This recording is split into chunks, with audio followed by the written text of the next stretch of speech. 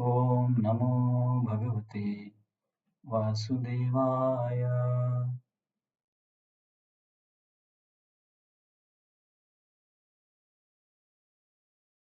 ओम नमो भगवते वासुदेवाय.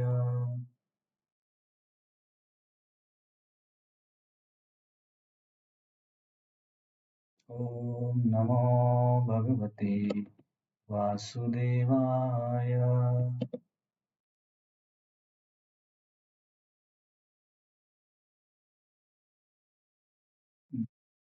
हरे कृष्णा.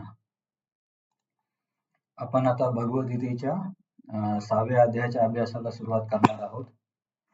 6व्या अध्यायाचं नाव आहे ध्यान योग किंवा यालाच अष्टांग योग असं पण म्हटलं जातं. तर भगवद्गीतेचं मुख्य प्रयोजन आहे की वेगवेगळ्या योगांच्या सहाय्याने जीवाला या भौतिक संसारातून मुक्त करणे, ज्याला आपण मागच्या गुरुवारी काय म्हटलं त्याला, आकाशी झेप घेरे पाखरा. तर हा भगवद्गीतेच्या ज्ञानाचा मुख्य उद्देश आहे.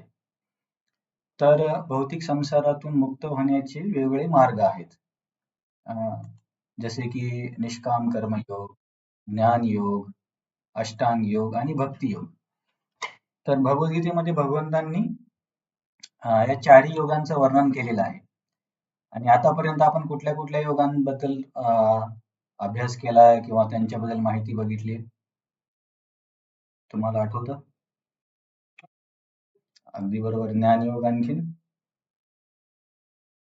निष्काम कर्मयोग, आणखीन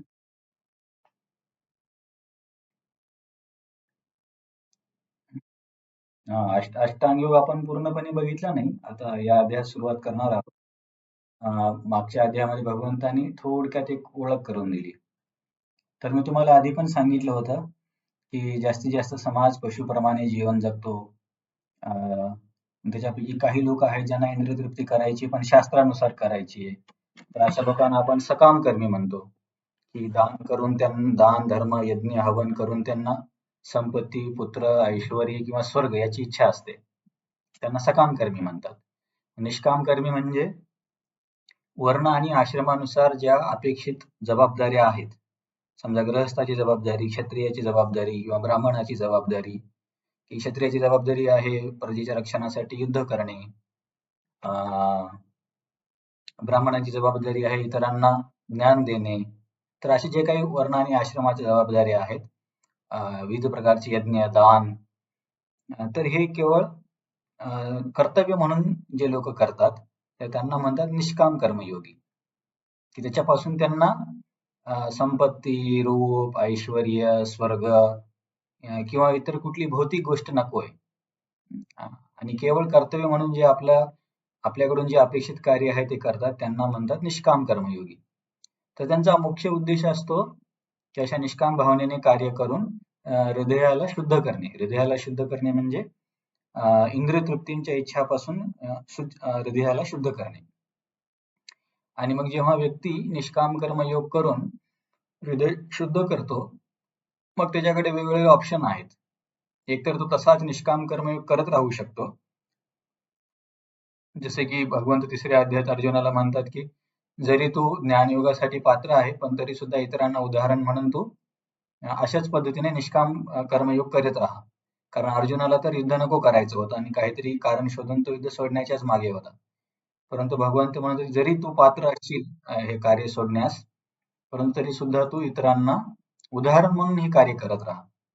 तर इतरांना उदाहरणासाठी भगवंतांनी कुणाकुणाचं उदाहरण दिलं होतं, की या लोकांनी पण उदाहरण म्हणून कार्य केलं. अगदी अगदी जनक राजा आणि स्वतः. अगदी बरोबर. अरे वा, तुमचा छान अभ्यास आहे. तर दोघांचे उदाहरण दिले भगवंतांनी, जनक महाराजांचं आणि स्वतःचं. तर मग निष्काम कर्मयोगी असाच निष्काम भावनेने कार्य करून मोक्ष प्राप्त करू शकतो, किंवा तो मग सर्व संसाराचा त्याग करून संन्यास घेऊ शकतो. आणि संन्यास घेतल्यावर मग त्याला ज्ञानयोगामध्ये तो आपली साधना सुरू करतो. आणि ज्ञानयोगाच्या सहाय्याने पण तो व्यक्ती मोक्षाला प्राप्त करू शकतो. मग याच्यापैकी काही लोक असतात की जो अष्टांग योगामध्ये जातात, की निष्काम कर्मयोग करून हृदय शुद्ध झाल्यावर काहींना ज्ञानयोगामध्ये जातील तर काही अष्टांग योगामध्ये जातील. तर अष्टांग योगामध्ये शारीरिक आसन आणि प्राणायाम या साधनेच्या साह्याला मनाला नियंत्रित करून आत्मसाक्षात्कार आणि परमात्मा साक्षात्कार करून मोक्ष मिळवणे हे अष्टांग योगाचा पण उद्देश आहे. आणि या सर्वांवरून सोपा आणि श्रेष्ठ मार्ग म्हणजे भक्ती. कारण निष्काम आपला अष्टांग आणि ज्ञान योगामध्ये हृदय आधी शुद्ध असणं आवश्यक आहे. परंतु भक्तीमध्ये भक्ती स्वतः हृदय शुद्ध करते. त्याच्यामुळे आधीची काहीच पात्रता असण्याची गरज नाहीये. आणि भगवंताचं स्वतःचं वैयक्तिक मत भक्तियोगच असा आहे. कारण आपण त्याच्यासाठी पण वेगवेगळे श्लोक गीता कोर्समध्ये पण बघितले होते. जसे की या अध्यायाच्या शेवटी पण एक श्लोक येईल की योगिनामपि सर्वेषां मद्गतेन अंतरात्मना श्रद्धावान भजते यो मां समयुक्त तममता. जो माझं भजन करतो तो सर्वात मोठा योगी आहे. भजन भक्ती मार्गामध्ये होतं, म्हणून भक्ती योगी किंवा भक्ती मार्ग हा सर्वात श्रेष्ठ आहे. किंवा गीतेची जी भगवंताचा सर्वात शेवटचा जो उपदेश आहे गीतेमधला, तो म्हणजे सर्व धर्मान् परित्यज्य मामेकं शरणं व्रज अहं त्वां सर्व पापेभ्यो मोक्षयिष्यामि मा शुच. सर्व धर्माचा त्याग करून मला शरण ये. आता ते सर्व धर्म म्हणजे हिंदू, मुस्लिम, ख्रिश्चन हे धर्म नाही आहेत. तर सर्व धर्म म्हणजे गृहस्थांचा धर्म किंवा संन्यासांचा धर्म, ब्राह्मणांचा धर्म, स्त्रियांचा धर्म, कर्मयोग, निष्काम, अष्टांग हे जे काही असतील याचा त्याग करून मला शरण ये असं कृष्ण शेवटचा उपदेश देतात. म्हणजे भगवंतांचा अभिप्रेत योग हा भक्तियोगच आहे. परंतु कृष्ण कसे आहेत, त्यांना एकतर्फी प्रेम आवडत नाही. की मी म्हणतो म्हणून जबरदस्ती माझी भक्ती करा असं नाही, तर भगवंत भरपूर मार्ग देतात. तुमची जी इच्छा आहे त्याच्यापैकी तुम्हाला जे योग्य वाटतं ते करा. परंतु जर भगवंतांचं वैयक्तिक मत विचारलं तर भक्ताला आणि भक्तियोगाला ते श्रेष्ठ सांगतात. आणि आपण आणखीन एक तर्काच्या दृष्टिकोनातून चर्चा केली होती की भक्त आणि भगवंतांमध्ये चर्चा कशाची होईल. समजा दोन राजकारणी लोक आहेत, त्यांच्यामध्ये कशाची चर्चा होणार?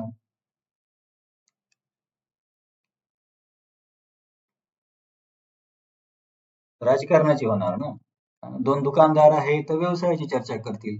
तसं भक्त आणि भगवंत जर चर्चा करत असतील तर त्याचा अर्थ भक्तीची चर्चा होणार. म्हणून गीतेचा मुख्य उद्देश भक्तियोगच आहे. आणि श्रीमद भागवतामध्ये पण 11व्या स्कंदात भगवंत सांगतात की नाही अंग उपक्रमे ध्वंसो मद्धर्मस्य अपि, की जो माझा धर्म आहे तो भक्तियोग आहे. तर गीतेचा मूळ उद्देश भक्तियोग आहे, परंतु तरी सुद्धा आपण आता हे थोडंसं आपण काय म्हणता येईल त्याला की शैक्षणिक अभ्यासक्रमानुसार गीतेचा अभ्यास करत आहोत. म्हणून आपण सगळ्या योगांचं त्यांच्या त्यांच्या नियमांनुसार त्यांच्या मार्गानुसार आपण अभ्यास करत आहोत. परंतु प्रभुपादांनी सगळीकडे भक्तीचे तात्पर्य दिलेत, कारण सध्याच्या युगामध्ये हे निष्काम, अष्टांग, ज्ञान वगैरे अशक्य आहे. आणि भक्तियोग करणंच एकच सोपं आणि शक्य आहे. म्हणून परंतु तरी सुद्धा आपण इतर मार्गांची पण माहिती असावी म्हणून थोडक्यात हे मार्ग बघून घेतोय. तर आज काही नवीन भक्त आले म्हणून मी 2-3 मिनिटात क्विक रिव्हिजन सांगतो. पहिल्या अध्यायामध्ये जेव्हा अर्जुन संभ्रमित होतो दोन्ही सैन्याच्या मध्ये गेल्यावरती, तेव्हा तो भगवंतांना युद्ध न करण्याची 4 कारणं देतो. आणि मग दुसऱ्या अध्यायामध्ये परत एक शेवटचं कारण देतो की मला निर्णय घेणं शक्य होत नाही आहे. आणि भरपूर जोपर्यंत अर्जुन आपला वादविवाद देतो तोपर्यंत कृष्ण काहीच बोलत नाही. परंतु जेव्हा दुसऱ्या अध्यायामध्ये अर्जुन भगवंतांना शरणागत होतो की भगवंता मला आता काय करावं ते नेमकं समजत नाहीये, तेव्हा तुम्ही मला मार्गदर्शन करा. असं जेव्हा अर्जुन भगवंतांना दुसऱ्या अध्यायामध्ये किती नंबरचा श्लोक आहे? 7 नंबरचा. कार्पण्य दोषोपहत स्वभाव. त्याच्यानंतर मग भगवंत गुरूंचा रोल घेतात आणि अर्जुनाला हे ज्ञान द्यायला सुरुवात करतात. सर्वात प्रथम जे ज्ञान दिलं जातं ते म्हणजे आत्म्याबद्दलचं, किंवा याला आपण सांख्ययोग किंवा ज्ञानयोग असंही म्हणू शकतो. आत्मा कसा असतो, आत्म्याचे काय गुणधर्म आहेत, याची सविस्तर माहिती भगवंत अर्जुनाला प्रथम देतात. त्याच्यानंतर भगवंत अर्जुनाला सांगतात की समजा निष्काम भावनेने किंवा या आत्मज्ञानाच्या स्तरावर तुला कार्य करणं शक्य नसेल तर कमीत कमी सकाम स्तरावरती तरी युद्ध कर. कारण भगवंताला अर्जुनाकडून हे धर्मासाठी युद्ध करवायचं होतं आणि अर्जुनाला युद्धातून पळायचं होतं. तर दोघेही आपापल्या साईडने आपापले मुद्दे सांगत होते. तर इथे सकामच्या स्तरावर काय अर्जुनाने एक मुद्दा दिला होता की युद्ध करून मला सुख नाही मिळणार.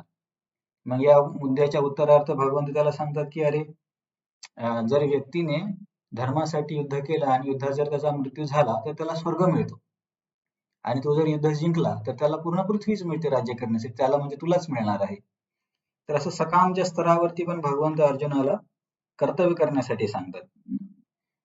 बेसिकली पूर्ण गीतेमध्ये भगवंत अर्जुनाला काय सांगतात की तुझं तू कार्य कर आणि माझं स्मरण करत कार्य कर, भक्ती भावनेने तुझ्याकडून जे अपेक्षित आहे ते कार्य कर. आता आपण जेव्हा गीतेचा पूर्ण अभ्यास करू तेव्हा बघू की केवळ क्षत्रियाचं कार्य आहे म्हणून अर्जुन करतोय असं नाहीये.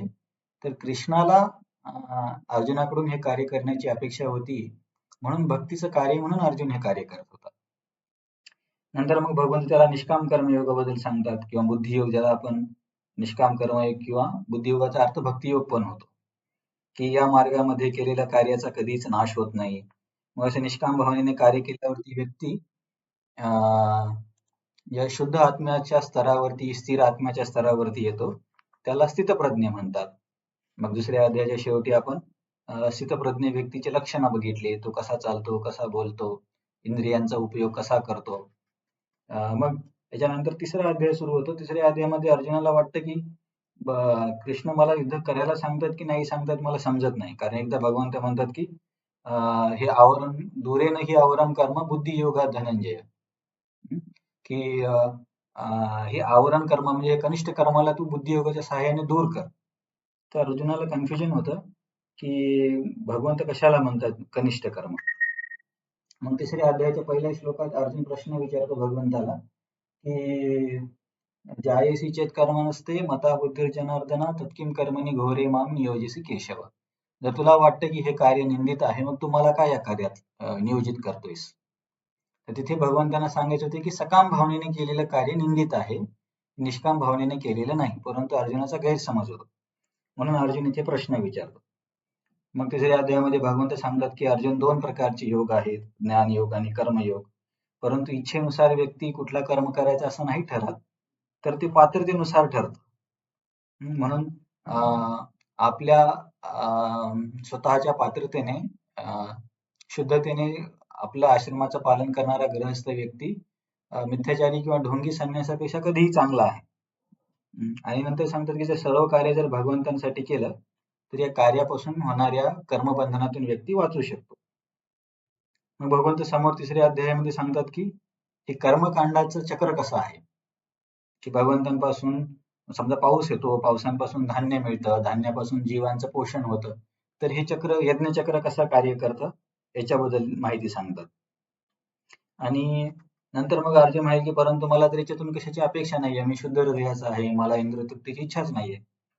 मग तिसऱ्या अध्यायासमोर भगवंत सांगतात की जरी तू शुद्ध असशील तरी इतरांना उदाहरण म्हणून हे कार्य कर, नाहीतर लोक तुझं नाव घेतील आणि म्हणतील अरे अर्जुनाने कुठे युद्ध केलं होतं, अर्जुन तर युद्ध सोडून गेला. आणि लोक मग कोणी घरामध्ये काही भांडण झालं पती पत्नीचं म्हणतील की मी चाललो सोडून, किंवा शाळेचा अभ्यास करायला कंटाळा आला की विद्यार्थी म्हणतील मी आता सोडून देतोय. ते सगळं अर्जुनाचे नाव घेतील की अरे अर्जुनाने तर सोडून दिलं होतं. म्हणून भगवंत सांगतात की तू सोडून देऊ नको, उदाहरण म्हणून कार्य कर, नाहीतर लोक तुझं उदाहरण घेतील आणि चुकीच्या मार्गाला लागतील. मग असं सांगून नंतर भगवंत म्हणतात अरे मी स्वतः पण, मला कशाचीच गरज नाहीये, मी जगज्येष्ठी आहे, जगत करता आहे, परंतु केवळ उदाहरण म्हणून मी कार्य करतो. जसे भगवंत जेव्हा द्वारकेमध्ये होते, सकाळी ब्रह्ममुहूर्तावर उठायचे, पूजा पाठ करायचे, गायीचं दर्शन घ्यायचे, लोकांना दान दक्षिणा द्यायचे. तर हे गृहस्थांचे कार्य भगवंत करायचे. तर भगवंतांना याच्यातून कशाची अपेक्षा नाहीये, परंतु तरी सुद्धा एक उदाहरण म्हणून हे कार्य करायचे. नंतर आसक्त व्यक्ती कसा कार्य करतो, स्वतःलाच करता समजतो, याच्याबद्दल भगवंत सांगतात. नंतर जर माझ्या या शिकवणीनुसार म्हणजे निष्काम कर्माने जर कार्य केलं तर व्यक्ती बंधनातून मुक्त होतो, परंतु जर नाही केलं तर मग तो व्यक्ती, त्याचा विनाश होतो. विनाश होतो म्हणजे तो या जन्मबंधनातून मुक्त नाही होऊ शकत. नंतर मग भगवंत सांगतात की परंतु हे कार्य करत असताना सर्वात मोठा अडथळा म्हणजे कामभावना. कामभावना म्हणजे इंद्रियतृप्तीची भावना. तर ही कामभावना आपल्यामध्ये कुठं वास्तव्य करते, कामभावनेला नियंत्रित करण्यासाठी कुठून प्रयास केला पाहिजे, आधी मनापासून की आधी इंद्रियांपासून, याचं विस्तारित वर्णन भगवंत तिसऱ्या अध्यायाच्या शेवटी देतात. मग चौथ्या अध्यायात भगवंत सांगतात की अर्जुन हे ज्ञान मी अनेक वर्षापूर्वी सूर्यदेवाला पण दिलं होतं, असं बोलून भगवंत समोर निष्काम कर्मयोगाबद्दलच सांगणार होते. परंतु अर्जुनाने मध्ये प्रश्न केला की तुमचं वय, मी आणि तुम्ही तर सेम वयाचे आहोत, मग तुम्ही इतक्या करोडो वर्षापूर्वी हे ज्ञान कसं काय सूर्यदेवाला दिलं? हा प्रश्न विचारला म्हणून कृष्णाला स्वतःच्या जन्म आणि कार्याबद्दल बोलावं लागतं की अरे मी आणि तू जरी नेहमी नेहमी येत असलो तरी माझ्यात आणि तुझ्यात फरक आहे. मला सर्व आठवतं, तुला तुला विस्मरण होतं कारण तू एक जीव आहे आणि मी भगवंत आहे. आणि माझं कार्य आणि जन्म कसा दिव्य आहे याच्याबद्दल भगवंत सांगतात. आणि नंतर मग परत भगवंत आपल्या त्या शिकवणीमध्ये जी निष्काम कर्मयोगाची शिकवणूक होती ती पुढे चालू ठेवतात. मग भगवंत अर्जुनाला सांगतात की 4 वर्णांची निर्मिती मीच केली आहे, की व्यक्तीला त्याच्या त्याच्या इच्छेनुसार इच्छाचा भोग करता यावा आणि हळूहळू प्रगती करता यावी. नंतर सांगतात की परंतु अर्जुन, हे निष्काम कर्मयोग करताना तुला कर्म काय, अकर्म काय, विकर्म काय हे समजणं खूप महत्वाचं आहे. कारण चांगले चांगले विद्वान लोक पण याच्यामध्ये भ्रमित होतात. कशाला काय म्हणायचं ते. मग त्याच्यामध्ये भगवंत सांगतात की कर्मात अकर्म कसं बघायचं आणि अकर्मात कर्म कसं बघायचं. तर आपण उदाहरण बघितलं की समजा एखादा व्यक्ती निष्काम भावनेने गृहस्थ आश्रमात असेल, तर तो कर्म करूनही अकर्म आहे. कारण त्याला त्याच्या फळाची इच्छा नाहीये. आणि एखाद्या व्यक्तीने जरी संन्यास घेतला असेल, परंतु तो त्याच्यातून त्याला फळाची इच्छा असेल, तर तो अकर्म करूनही कर्म करतोय. तर फक्त हे उदाहरण दिलं भगवंतांनी की ही खूप गुंतागुंत आहे कर्माची. कशामध्ये काय? याच्यामुळे तू काय कर की ज्या आधीच्या पूर्वजांनी ज्या पद्धतीने कार्य केले तर त्यांच्या चरणांचं अनुसरण करून तू हा निष्काम कर्मयोग कर. नंतर भगवंतांनी प्रत्येक कुठलेही समजा कार्य असेल, जर कार्याचा उद्देश जर दिव्य असेल तर त्या घडामोडीतल्या प्रत्येक घटकाला दिव्यत्व प्राप्त होते. हे समजावून सांगण्यासाठी उदाहरण दिलं होतं की ब्रह्मार्पणम ब्रह्महवीर ब्रह्माग्नो ब्रह्मणाहुती. समजा कोणी एखादा यज्ञ करत असेल आणि त्या यज्ञाचा उद्देश जर दिव्य असेल, तर त्या यज्ञासाठी वापरण्यात येणारे प्रत्येक साहित्य दिव्यत्वाला प्राप्त होतं कारण उद्देश दिव्य आहे. तर कार्य उच्च किंवा नीच नसतं, तर त्या करण्यामागची भावना महत्वाची आहे. तर भावना जर दिव्यत्वाची असेल तर प्रत्येक घटकाला दिव्यत्व प्राप्त होते. मग या एका सिद्धांताला पकडून कृष्णाने विविध प्रकारचे यज्ञ सांगितले. ध्यान यज्ञ, स्वाध्याय यज्ञ, नंतर दान, तपस्या आणि या सर्वांचं शेवट कशामध्ये पर्यवसान होतं, तर व्यक्तीला ज्ञानाची प्राप्ती होते. आणि ते ज्ञान म्हणजे आत्मज्ञान आहे. मग ज्ञान प्राप्तीसाठी गुरूंची आवश्यकता काय आहे त्याच्याबद्दल ते भगवंत सांगतात. मग ज्ञानाने फायदा काय होतो? ज्ञानाचा फायदा आहे की व्यक्ती संभ्रमातून दूर होतो. त्याच्या सर्व कल्मशां म्हणजे पाप आणि पुण्यकर्मापासून तो मुक्त होतो. आणि ज्ञान कुणाला मिळतं आणि कुणाला नाही मिळत. ज्याची श्रद्धा आहे त्याला मिळतं, ज्याची श्रद्धा नाही त्याला नाही मिळत. असं सांगून मग 4थ्या अध्यायाचा शेवट करताना परत परत कृष्ण सांगतात की तू काय कर अर्जुन, हे कर्माला संन्यस्त कर आणि ज्ञानाच्या साहाय्याने सगळे संशय छिन्न करून तुझं आणि शेवटी श्लोक सांगतात तुझं युद्ध कर. परत या श्लोकामुळे अर्जुनाचा परत कन्फ्युजन होतं. अरे तुम्ही एकदा सांगताय की ज्ञानाच्या साहाय्याने शुद्ध हो आणि परत सांगताय कार्य कर. अर्जुनाला वाटतं ज्ञान म्हणजे जंगलामध्ये जाऊन तपस्या वगैरे करायची आणि ज्ञान मिळवायचं आणि हे युद्ध तर याच्या विरुद्ध आहे. म्हणून अर्जुन परत प्रश्न विचारतो की रे कृष्ण, नेमकं दोन्हीपैकी श्रेष्ठ काय ते सांगा. मग कृष्ण हे 5व्या अध्यायात सांगतात की अरे अर्जुन, दोन्ही मार्गाने म्हणजे निष्काम कर्म योगाने आणि ज्ञान योगाने व्यक्ती मोक्षाची प्राप्ती करू शकतो. परंतु माझं असं वैयक्तिक मत आहे, कृष्ण सांगतात की तुझ्यासाठी निष्काम कर्मयोग करणं चांगलं आहे. कारण या स्तरावरती या अध्यायामध्ये जोपर्यंत चर्चा आहे, तू आणखी ज्ञान योगासाठी पात्र नाही आहेस. आणि असं निष्काम कर्मयोग आणि ज्ञानयोगामध्ये काही फरक नाहीये. दोन्हींनाही सारखंच फळ मिळतं आणि जे लोक म्हणत असतील की एक मार्ग उच्च एक कनिष्ठ आहे, तर त्यांना मी बालिश असं समजतो. मग असं सांगून निष्काम कर्मयोगाचं समर वर्णन करताना कृष्ण सांगतात की योगारूढ स्टेज म्हणजे योगाच्या पूर्णत्व स्तरावरती व्यक्तीची काय लक्षणं असतात. तो शरीरामध्ये कसा स्वतःला एक केवळ काय म्हणता येईल की साक्षीदार म्हणून सगळ्या शरीराच्या कार्यांना कसा बघतो. नंतर प्रत्येक कार्याच्या कर्मफळापासून मुक्त होण्यासाठी ते कार्य कसं भगवंताला अर्पण म्हणून केलं पाहिजे याच्यावरती सांगतात. आणि सांगतात की जर निष्काम भावनेने कार्य केलं तरी व्यक्ती नैष्ठिकी शांती म्हणजे मोक्षाची प्राप्ती करू शकतो. परंतु सकाम असेल, सकाम म्हणजे मी जर कुणाला दान दिलं तर मला लॉटरी लागावी किंवा मी जर पाणपोई उघडली तर आमच्या शेतीमध्ये पाणी मिळावं, हे या भावनेने जर केलं तर मग त्या कर्मबंधनामध्ये व्यक्ती अडकून राहणार असं सांगतात. नंतर मग 3 प्रकारचे कर्ता सांगतात. आत्मा, जीव जीव, परमात्मा आणि भौतिक प्रकृती. मग परमात्मा साक्षात्कारासाठी कसा त्या व्यक्तीला भक्तीचा आधार घ्यावा लागतो ते सांगतात.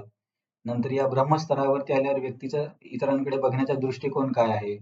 तो गाय, ब्राह्मण, हत्ती, कुत्रा आणि कुत्रा खाणारा या सर्वांना आत्म्याच्या स्तरावरती कसा बघतो? मग असा व्यक्ती इंद्रिय तृप्तीचा त्याग कसा काय करू शकतो? कारण तो बघतो की इंद्रिय तृप्तीच हे दुःखाचं मुख्य कारण आहे आणि त्याच्यापासून मिळणारा आनंद क्षणिक आहे. समजा आज आपण एखादा गोड पदार्थ खाल्ला तर असं होत नाही की आयुष्यभरासाठी पोट भरलं. तर या गोष्टींचा तो अभ्यास करून बुद्धिमत्तेच्या साहाय्याने या भौतिक आनंदापासून स्वतःला विरक्त करतो. पण तरी सुद्धा मृत्यूपर्यंत व्यक्तीला इंद्रिय ही त्रास देणारच, म्हणून व्यक्तीला ह्या इंद्रियांचा जो आवेग आहे तो सहन करावा लागेल आणि जो व्यक्ती इंद्रियांचा आवेग सहन करेल तोच मोक्षाची प्राप्ती करू शकतो. असं सांगून झालं आणि 5वा अध्याय संपताना कृष्णाने काय केलं की समोरच्या अध्यायाचे बीज सोडले. कधी तुम्ही जर सिरियल बघितली असेल तर आता काही लोकांनी काय केलं की सिरियल संपताना पुढच्या एपिसोड मध्ये काय येणार आहे त्याच्या थोड्याशा क्लिप दाखवतात ना असं टेलिव्हिजन वरती.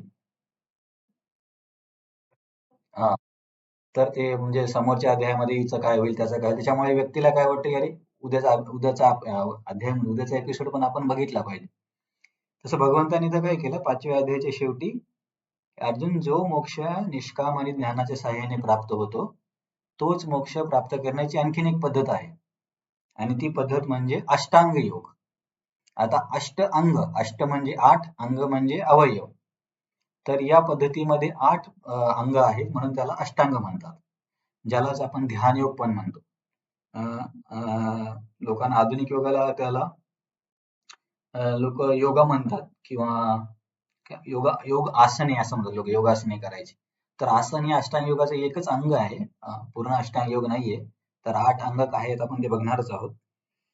तर याचं थोडक्यात बीज भगवंतांनी 5व्या अध्यायात सांगितलं की त्या व्यक्तीने सगळ्या इंद्रियांना नियंत्रित केलं पाहिजे, आपली दृष्टी दोन्ही भुवयाच्या मधोमध ठेवली पाहिजे, डोळे पूर्णपणे बंद पण नाही करायचे, पूर्णपणे उघडायचे पण नाही, कारण पूर्ण बंद केले तर झोप येईल आणि पूर्ण उघडले तर इकडे तिकडे लक्ष जाईल. असं अष्टांग योगाचं खूप संक्षिप्त वर्णन मागच्या अध्यायामध्ये शेवटी भगवंतांनी केलं होतं.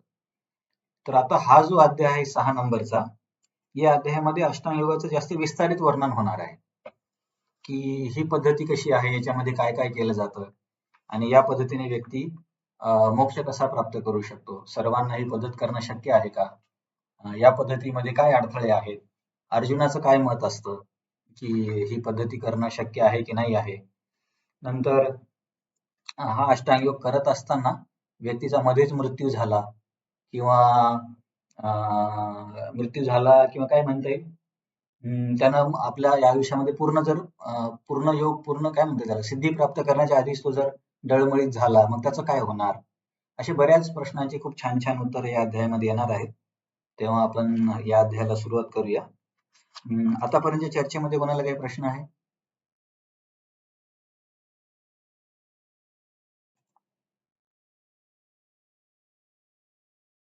नाही तर आपण या अध्यायाला मग सुरुवात करूया. तर बघा या अध्यायामध्ये टोटल 47 श्लोक आहेत. ही स्लाइड वाटल्यास मी पुढच्या वेळेस ऍड करेल. तर पहिल्या 9 श्लोकामध्ये अष्टांग योगामध्ये व्यक्ती आरुरुक्ष स्तरावरून आरूढ स्तरावरती कसा जातो याचं वर्णन आहे. तर आपण चर्चा केली होती, आरुरुक्ष म्हणजे कुठला स्तर? हा, आणि आरूढ म्हणजे पूर्णत्वास. तर पहिले 9 श्लोक हा अष्टांग योगी आरुरुक्ष स्तरावरून आरूढ स्तरावरती कसा जातो किंवा त्याची लक्षणं काय आहेत याचं वर्णन होणार आहे. मग नंतर श्लोक नंबर 10 ते श्लोक नंबर 32 मध्ये या अष्टांग योगाच्या वेगवेगळ्या अंगाचं वर्णन केलं जाईल की त्याने जंगलामध्ये जाऊन कुठं बसावं, बसण्याचं स्थान कसं असावं, प्राणायाम कसा करावा, धारणा कशी करावी, ध्यान कसं करावे याचं वर्णन समोर येणार आहे. नंतर श्लोक नंबर 33 ते 36 मध्ये अष्टांग योगामध्ये मन नियंत्रण करणं किती महत्वाचं आहे. या मन नियंत्रणाच्या संदर्भामध्ये अर्जुनाचे काही प्रश्न, मन नियंत्रणासाठी कृष्णाने सांगितलेले काही मार्ग हे 33 ते 36 मध्ये आहे. नंतर श्लोक नंबर 37 ते 45 मध्ये जर समजा एखादा योगी अयशस्वी झाला, 2 कारणामुळे अयशस्वी होऊ शकतो, की सिद्धी प्राप्त करण्याच्या आधीच त्याचा मृत्यू झाला किंवा तो भ्रमित झाला, की इंद्रियांच्या आकर्षणामुळे म्हणा किंवा भौतिक गोष्टीमुळे तो आपल्या साधनेपासून डळमळीत झाला, तर मग अशा व्यक्तीचं काय होतं? त्याचं वर्णन श्लोक नंबर 37 ते 45 मध्ये आहे. आणि शेवटच्या 2 श्लोकामध्ये सर्वात श्रेष्ठ योग भक्ती योग आहे, याचं भगवंत स्वतःचं वैयक्तिक मत सांगते. तर आता आपण या अध्यायाला सुरुवात करूया. पहिला श्लोक आहे. तुमच्याकडे भगवद्गीता असेल तर तुम्ही उघडा, कारण आपल्याला तात्पर्यांचं पण वाचन करायचंय. अध्याय 6 ध्यान योग, पान नंबर 223. श्री भगवान वाच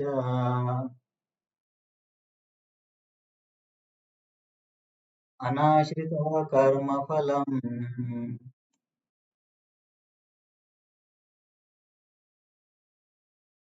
कार्यं कर्म करोति यः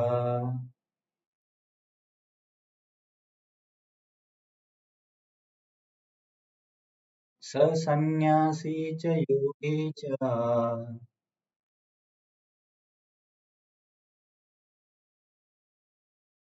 न निरग्निर्न चाक्रिया.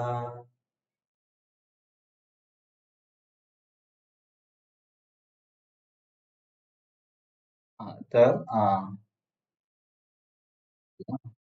आहे आपला पहिला श्लोक. ऑल टॅप करून बघतो.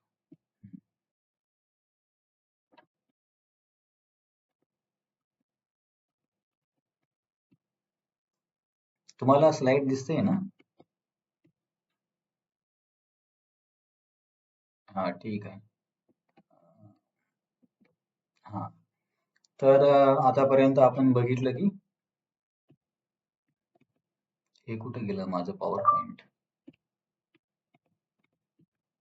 हा, तर आतापर्यंत आपण काय बघितलं, जसं मी तुम्हाला आता समरी सांगितली, की निष्काम कर्मयोग, ज्ञान योग यांच्या सहाय्याने मोक्ष कसा प्राप्त होतो. तर तुमच्यापैकी कोणाला निष्काम कर्मयोग, ज्ञानयोग, सकाम कर्मयोग यांच्याबद्दल काही प्रश्न आहे किंवा काही अडचण वाटते हे समजण्यामध्ये?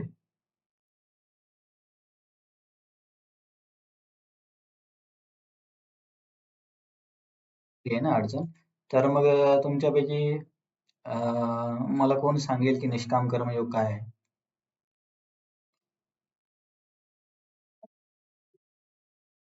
हा, फळाची अपेक्षा न करता केली कर्म. मग कुठले कर्म? आता समजा मी खेळायला चाललोय, मग ते पण मी समजा विचार केला की मी मॅच जिंकू किंवा नाही जिंकू, मला फक्त खेळायचं, तर ते पण निष्काम कर्मयोग होणार का?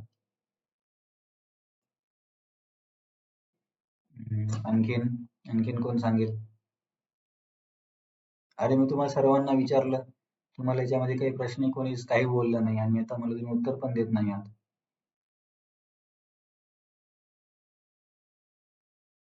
निष्काम कर्मयोगाबद्दल कोणाला माहिती आहे? निष्काम कर्मयोग काय आहे? निष्काम कर्मयोग?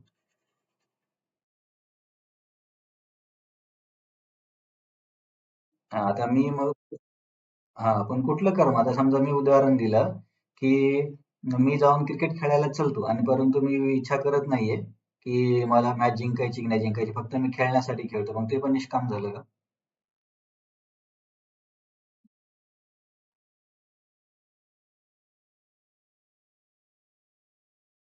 प्रयत्न करा. तुम्हाला कदाचित नाही.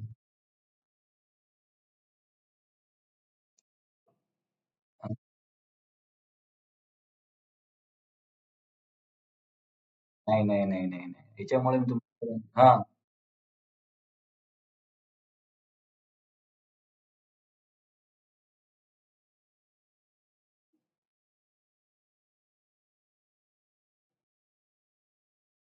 हं. अ, सगळ्यांचं ते पण तुमच्या सगळ्यांचं एक पार्ट बरोबर आहे, परंतु कदाचित मी प्रश्न जास्त व्यापक केला नाही. तर बघा, मग असं काय होईल माझं याच्यामुळे समस्या काय होईल? मी काय तुम्हाला म्हटलं की सध्या निष्काम कर्मयोग करणं शक्य नाहीये. परंतु तुमच्या उदाहरणावरून असं वाटतंय की निष्काम कर्मयोग करणं सध्या शक्य आहे. मग हा विरोधाभास कसा काय आपल्याला मिटवता येईल?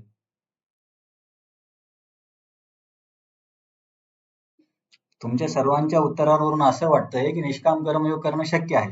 जसे की प्रभूजी म्हणले की आपलं आपलं जे काम आहे फळाची अपेक्षा ठेवता न करणे किंवा तुम्ही म्हटले की आईने मुलांचं पालन करणे.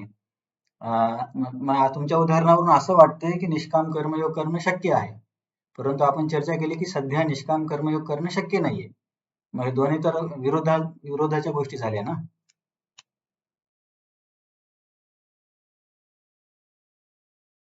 नाही ते ज्ञानयोगासाठी.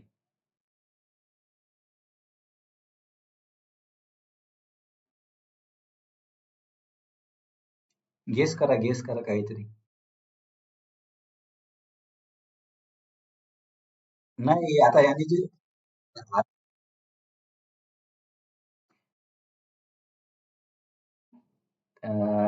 ठीक आहे मी सांगतो.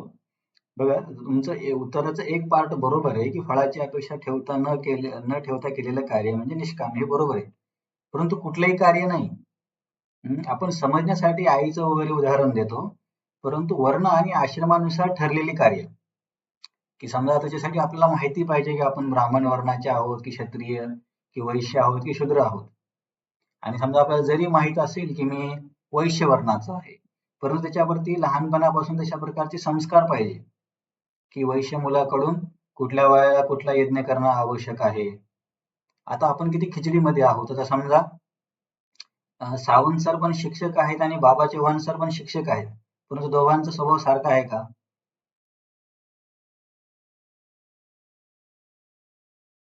ते नाही. बाबा सर कसे एकदम असे स्ट्रॉंग आहेत, क्षत्रियासारखे आहेत. आणि सावंत सर थोडेसे आपले ब्राह्मणांसारखे आहेत. परंतु दोघं कार्य काय करतात? ब्राह्मणाचं करतात. समजा जर बाबा सर कदाचित IPS ऑफिसर वगैरे असते, तर त्यांच्या नेचरचं एक्झॅक्टली ते काम झालं असतं. परंतु आता थोडंसं मिसमॅच सारखं वाटतं. म्हणजे याच्यात चुकीचं काही नाही पण माझा सांगण्याचा उद्देश काय आहे, की सध्या निष्काम कर्मयोग करणं शक्य नाहीये, कारण आपल्याला वर्ण आणि आश्रम माहिती नाहीये. आणि जरी तुम्हाला माहित असेल की तुम्ही गृहस्थ आहात, परंतु त्या प्रकारची ट्रेनिंग नाहीये आपल्याकडे सध्या. वर्णाश्रमाची जी व्यवस्था होती ती सगळी कोलमडून गेली आहे. म्हणून सध्या निष्काम कर्मयोग करणं शक्य नाही. तर निष्काम कर्मयोगाची सगळ्यात सोपी व्याख्या काय लक्षात ठेवा.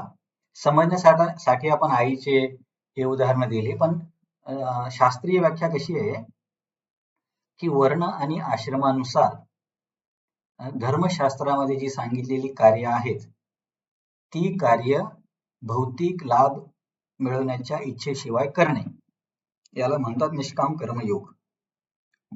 जसं की गृहस्थांकडून 5 प्रकारचे यज्ञ करण्याची अपेक्षा आहे. तुमच्यापैकी कोण करतात दररोज 5 यज्ञ?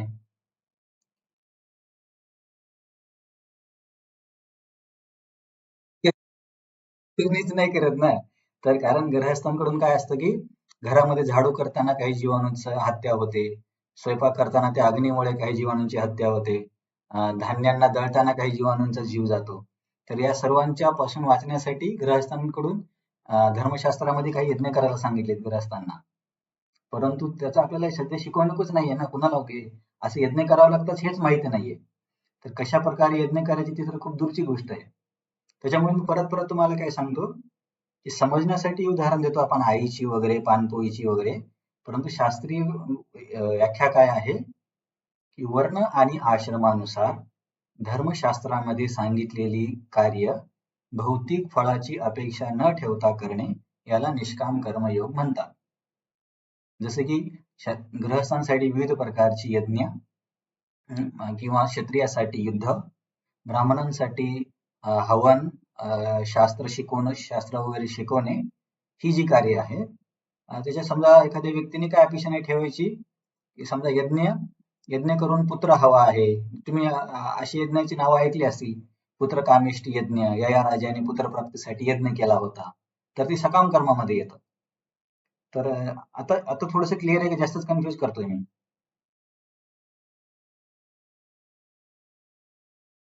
क्लिअर आहे ना?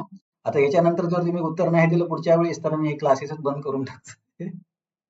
आता थोडं लक्ष देऊन ऐका तुम्ही, कारण आपली गीता किती 50% नाही, 50 नाही, 40%च्या जवळपास आली आहे. आता कोण सांगेल ज्ञानयोग म्हणजे, हा ठीक आहे, निष्काम कर्मयोग करून व्यक्तीला काय अपेक्षा आहे? पहिला लाभ काय अपेक्षित आहे? मोक्ष तर, हा, मोक्ष तर खूप, काय मिळवणे? निष्काम कर्मयोग करून व्यक्तीला काय फरक पडतो? कशासाठी निष्काम कर्मयोग केला जातो?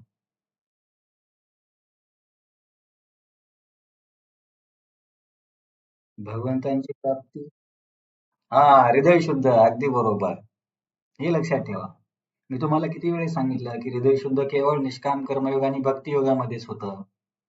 ज्ञान आणि अष्टांग योगामध्ये होत नाही. म्हणून आधी निष्काम भावनेने कार्य करावं लागतं. परंतु आपण निष्काम कर्मयोग आता करत नाही. कारण निष्काम कर्म आता सांगितले की शक्य नाही आहे आणि भक्ती सोपी आहे आणि सर्वांना सहज शक्य आहे आणि फळ पण जास्त मोठं आहे भक्तीचं. तर निष्काम कर्मयोगाचा पहिला फायदा आहे की हृदय शुद्ध होतं.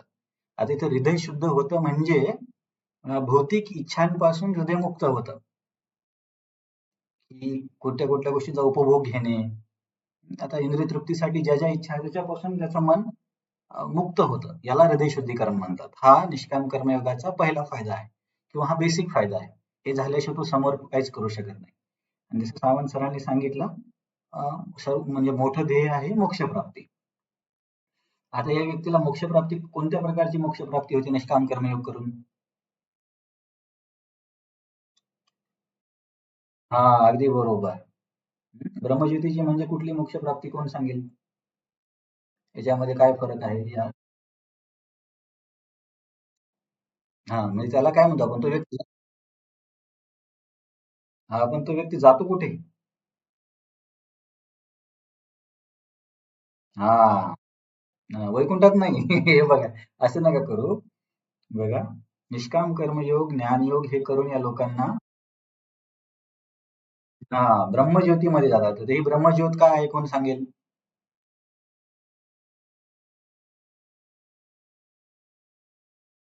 हा, हे सर्वांना माहिती, ठीक आहे. जसं की आपण तुलना दिली होती की समजा एक सूर्यग्रह आहे. सूर्यापासून जो निघणारा प्रकाश आहे तो म्हणजे ब्रह्मज्योती. परंतु सूर्य एक स्वतः ग्रह पण आहे. तसंच हे जे ब्रह्मज्योतीमध्ये अनंतामध्ये विलीन व्हायचं, एकरूप व्हायचं, हे जे लोकांचे म्हणणे असतात, हे सर्व लोक या प्रकाशामध्ये जातात. तर निष्काम कर्मयोग करून व्यक्ती जास्तीत जास्त या प्रकाशामध्ये जाऊ शकतो, ते पण खूप कष्ट, खूप जन्मानंतर. आणि भक्ती करून व्यक्ती कुठे जातो?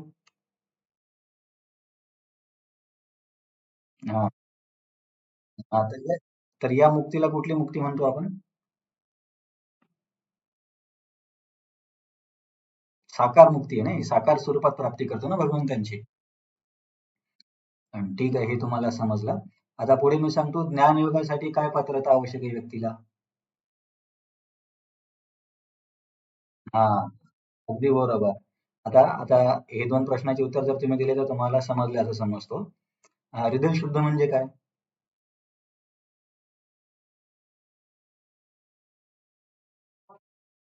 कंट्रोल, त्याला दुसऱ्या शब्दात?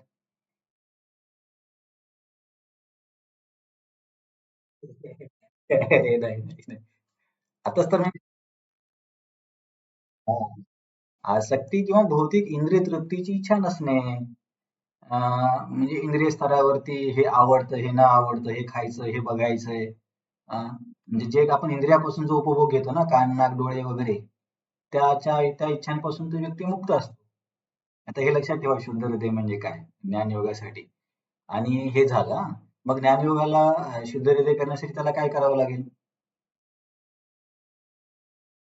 हा, कर्मयोग करावा लागतो. निष्काम कर्मयोग झाल्यावरच हृदय शुद्ध होतं. नंतरच व्यक्ती ज्ञानयोगामध्ये जाऊ शकतो. समजा एखाद्या व्यक्तीने हृदय शुद्ध न करता डायरेक्ट ज्ञानयोगाचं आचरण केलं तर काय होईल?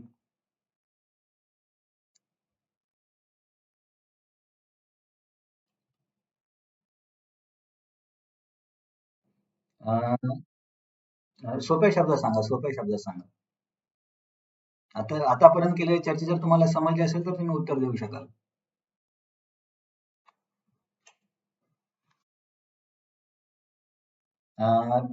पण समजा गेला तो काहीतरी करून गेला तर काय होईल?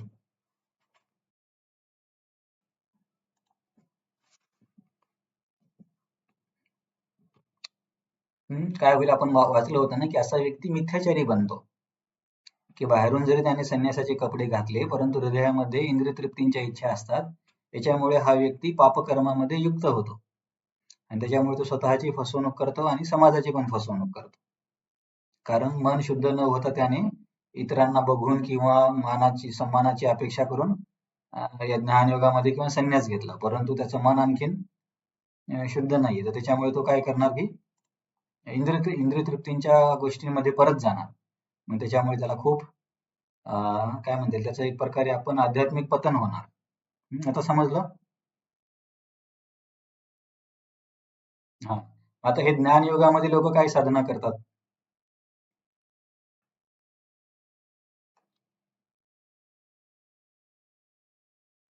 बरं हे सांगा, सांख्ययोग म्हणजे काय? सांख्य किंवा सांख्ययोग.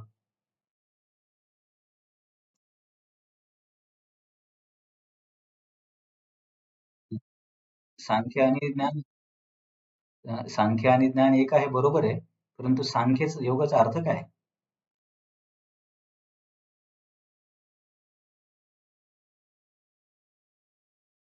अं, मी तुम्हाला एकदम सोपी व्याख्या सांगितली होती. कसं लक्षात ठेवायचं? कोणाला आठवतं सांख्य म्हणजे काय? बरं, सांख्य शब्द कुठल्या शब्दासारखा आहे? सांख्य आणि संख्या. संख्या कशासाठी वापरतो आपण? मोजण्यासाठी. तर हे लोक काय करतात? या विश्वा तर हे लोक विश्वाची तत्व मोजतात ना, की 5 ज्ञानेंद्रिय, 5 कर्मेंद्रिय, 5 तन्मात्रा, नंतर पृथ्वी, अग्नी यांचा आणि पृथ्वी, अग्नी, आकाश, वायू आणि मन, बुद्धी, आत्मा आणि परमात्मा अशा या संसाराच्या घटकांची ती उजळणी करून अभ्यास करतात हे लोक. विश्लेषणात्मक अभ्यास करतात. हा, विश्लेषण हा चांगला शब्द आहे. संख्य करणे, गणन, संख्या म्हणून सांख्य हे विश्लेषणाचा अभ्यास आहे. तर याच्यातून हे व्यक्ती स्वतःला विरक्त करण्याचा प्रयत्न करतात, की मी हा इंद्रिय नाही आहे, मी हा पदार्थ नाही आहे, मी या सर्वांपासून भिन्न आहे, असा एक त्यांचा अभ्यास असतो. आणि इतर तपस्या वगैरे पण करतात, शास्त्रांचं अध्ययन पण करतात आणि सर्वांचं करून त्यांचा उद्देश असतो, की आत्मज्ञान मिळवणे, की मी कोण आहे हे जाणून घेणे. हा ज्ञानयोगाचा त्यांचा सराव असतो. मग ज्ञानयोग करून शेवटी व्यक्तीला काय मिळतं?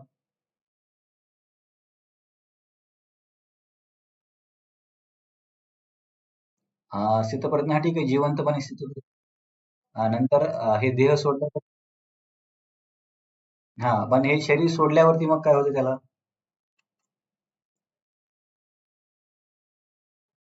हा, मोक्ष मिळतो. कुठला मोक्ष मिळतो आता?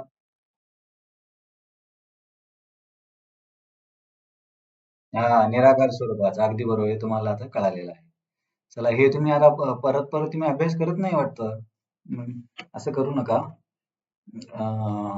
तर हे झालं आपलं बघून. हा, तर कुठल्याही मार्गामध्ये मोक्ष प्राप्ती करण्यासाठी कुठला योग आवश्यक आहे? हा, भक्ती योग. परंतु हे लोक तर निष्काम कर्मयोगी आहेत, ज्ञानयोगी आहेत, त्यांच्याकडे भक्ती कुठे आहे?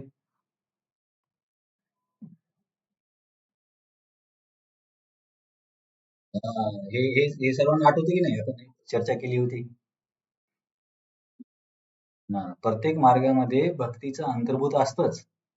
ते लोक जरी कृष्ण किंवा राम यांना मानत नसले तरी सुद्धा मूर्तीपूजा म्हणा किंवा नामस्मरण हे थोडे थोडे अंग त्यांच्याकडे पण असतातच. जसे की कर्मकांडाचं आपण उदाहरण दिलं होतं. गणपतीच्या पूजेनंतर आपण सर्वात शेवटी म्हणतो, कायेन वाचा मनसेंद्रियर्वा नारायणाती समर्पयामी. आणि मग राम राम राम राम काय कसं म्हणतात ते, हरे राम हरे राम राम राम हरे हरे. तर हे काय की हे त्यांच्या या कर्मकांडाच्या पूजेमध्ये भक्तीचं अंग आहे. तर असं प्रत्येक मार्गामध्ये भक्ती असतेच. तर आता मी तुमच्याकडून अपेक्षा करतो, तुम्हाला सकाम म्हणजे काय, निष्काम म्हणजे काय, ज्ञान म्हणजे काय, अष्टांग म्हणजे काय, यांच्यातल्या थोड्या थोड्या व्याख्या, यांच्यापासून काय मिळतं, यांच्यामधले समस्या वगैरे थोड्याफार ज्या आपण चर्चा केली तुम्हाला आठवेल. आठ ठीक आहे, सर्वांना क्लिअर झालं? मग तुम्हाला प्रश्न असेल तर विचारा ना, आपल्याला काही सिलेबस तर कम्प्लीट करायचं नाहीये किंवा एक्झाम तर द्यायची नाहीये. आपण हळूहळू चर्चा करू शकतो. तुम्ही प्रश्न पण विचारत नाही मला. आता सर्वांना क्लिअर आहे की काही प्रश्न आहे?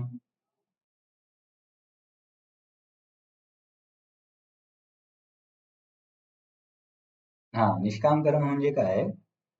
वर्ण आणि आश्रमानुसार जसे की 4 वर्ण आहेत. ब्राह्मण, क्षत्रिय, वैश्य आणि शूद्र आणि 4 आश्रम आहेत. ब्रह्मचारी, गृहस्थ, वानप्रस्थ आणि संन्यास. तर वर्ण आणि आश्रमानुसार धर्मशास्त्रांनी सांगितलेली विहित कार्य ही कुठल्याही भौतिक फळाची अपेक्षा न ठेवता करणे ह्याला निष्काम कर्मयोग म्हणतात.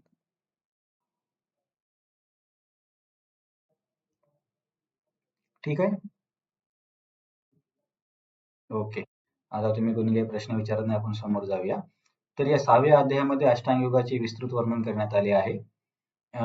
ही तर आपण आधीच चर्चा केली. तुम्हाला कदाचित आधी मी बोललो असेल. बघा, अष्टांग योगाला पण ना, अष्टांग योग काय म्हणतात, उच्च स्तरावर जाण्याच्या आधी हृदय शुद्ध असणं आवश्यक आहे. मग या व्यक्तीला पण कुठला मार्ग करावा लागेल हृदय शुद्ध करण्यासाठी? अं, हा, निष्काम. कारण काय आहे, त्या व्यक्तीने जर भक्ती केली ना, एकदा जर व्यक्ती भक्ती मार्गामध्ये खरा चालला ना, तर तो दुसऱ्या मार्गात जाऊच नाही शकत. कारण की भक्ती इतका सोपा आणि श्रेष्ठ मार्ग आहे की तो कोण सोडणार नाही. म्हणजे शुद्ध भक्तीमध्ये जर आला तर.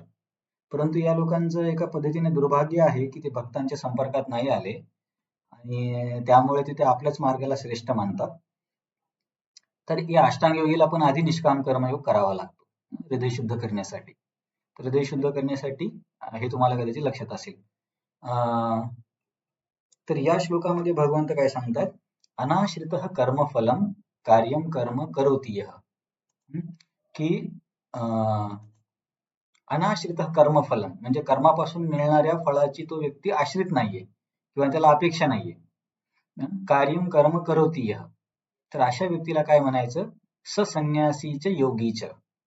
आता इथे संन्यासी म्हणजे ज्ञानयोगी म्हणू शकतो आपण आणि योगी म्हणजे अष्टांग योगी. तर मागे आपण जेव्हा मागच्या वेळेस चर्चा केली, मागच्या काय म्हणता येईल, मागच्या अध्यायामध्ये आपण बघितलं की निष्काम कर्मयोग आणि ज्ञानयोग समान आहे असे भगवंत बोलले की नाही 5व्या अध्यायामध्ये?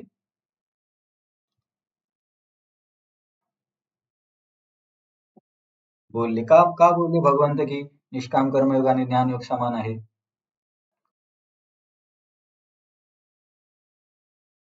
हा, अगदी बरोबर. हा, हे लक्षात ठेवा.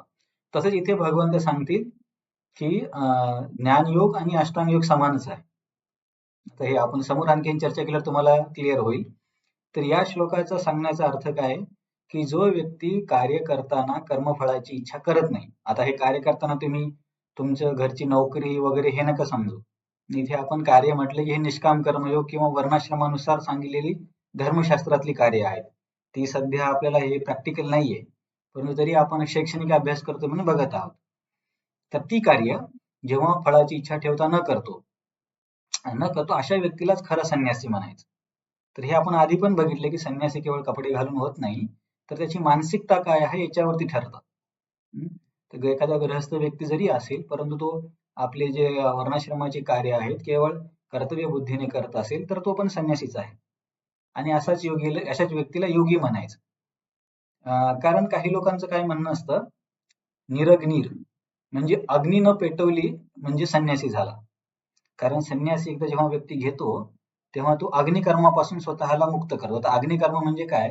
की गृहस्थाला जसे काही यज्ञ करावे लागतात. मी तुम्हाला म्हटलं की हिंसा वगैरे होते किंवा विविध यज्ञांच्या गृहस्थांकडून अपेक्षा आहे. परंतु हा व्यक्तीने समजा संन्यास घेतला, मग हा काय करतो की हे अग्नीचे कार्य सोडून देतो. कारण की तो असं समजतो की मी याच्यापासून मुक्त आहे. परंतु या श्लोकामध्ये भगवंत काय सांगतात, जर तुम्ही ही ओळ बघितली, न निरग्निर. न निरग्निर ही ओळ, हे शब्द भेटला तुम्हाला?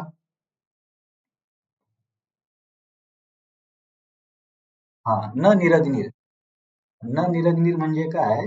की केवळ अग्नीचे कार्य थांबवल्याने, आता अग्नीचे कार्य म्हणजे यज्ञ वगैरे थांबवल्याने, कारण यज्ञकुंडामध्ये अग्नी असतो आणि ग्रहस्थांकडून अशा काही यज्ञांची अपेक्षा आहे. परंतु केवळ हे यज्ञ बंद केले म्हणजे एखादा व्यक्ती संन्यासी होतो असं नाही आहे. त्याच्या सांगण्यामागचा अर्थ काय आहे, की बाह्य दृष्टिकोनातून कोण संन्यासी आहे आणि कोण संन्यासी आहे किंवा नाही हे सांगणं कठीण आहे. तर हे त्याच्या मानसिकतेवरती निर्भर आहे. एखादा व्यक्ती काय म्हणेल, अरे गृहस्थांकडून यज्ञ करण्याची अपेक्षा आहे ना, मी सर्व हे कार्य सोडून देतो. मग मी यज्ञकर्म अग्निकर्म करतच नाही, म्हणजे मी संन्यासी झालो. किंवा दुसरे शब्द काय, न च अक्रिय. अक्रिय म्हणजे कर्तव्याचा त्याग करणे. आपण बघितलं होतं की जेव्हा व्यक्ती हृदय शुद्ध होतो तेव्हा तो कर्तव्य सोडून संन्यास घेऊ शकतो. एखादा व्यक्ती म्हणेल की मी कर्तव्य करणं थांबवतो आणि मी संन्यासी आहे. परंतु केवळ अग्निकर्म थांबवल्याने किंवा विहित कर्म थांबवल्याने कोणी संन्यासी होत नाही. त्याच्यासाठी काय असावं लागतं? संन्यासी किंवा ज्ञानी होण्यासाठी काय असावं लागतं? महत्वाचं. की बाहेरून कपडे बदलल्याने किंवा हे अग्निकर्म त्याग केल्याने कोणी संन्यासी होत नाही, हा श्लोक आहे. नंतर भगवंत काय म्हणतात, ही झाली संन्यासाची व्याख्या. संन्यास म्हणजे केवळ, संन्यासाची खरी व्याख्या काय आहे, की कर्माच्या फळापासून त्याला अपेक्षा नाही आहे. अशा व्यक्तीला खरा संन्यासी समजायचं. केवळ एखादा व्यक्ती अग्निकर्म थांबवतो किंवा कर्तव्याचा त्याग करतो म्हणजे तो संन्यासी आहे असं नाही. हे झालं संन्यासीचं. आता योगी बद्दल. खरा योगी कोण आहे? ज्याचे मन विषय वस्तूच्या उपभोगावर आकृष्ट होत नाही, तो खरा योगी. परंतु आपण बघतो की योग आसनामध्ये लोक काय करतात? प्राणायाम करताना कशी बसतात लोक?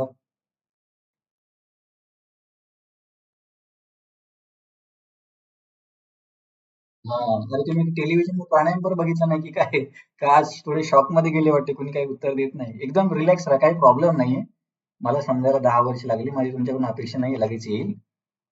पण तरी पण मी थोडस तुम्हाला एनकरेज करण्यासाठी असं बोललो. नाही तर सगळे माझ्यावर नाराज व्हाल.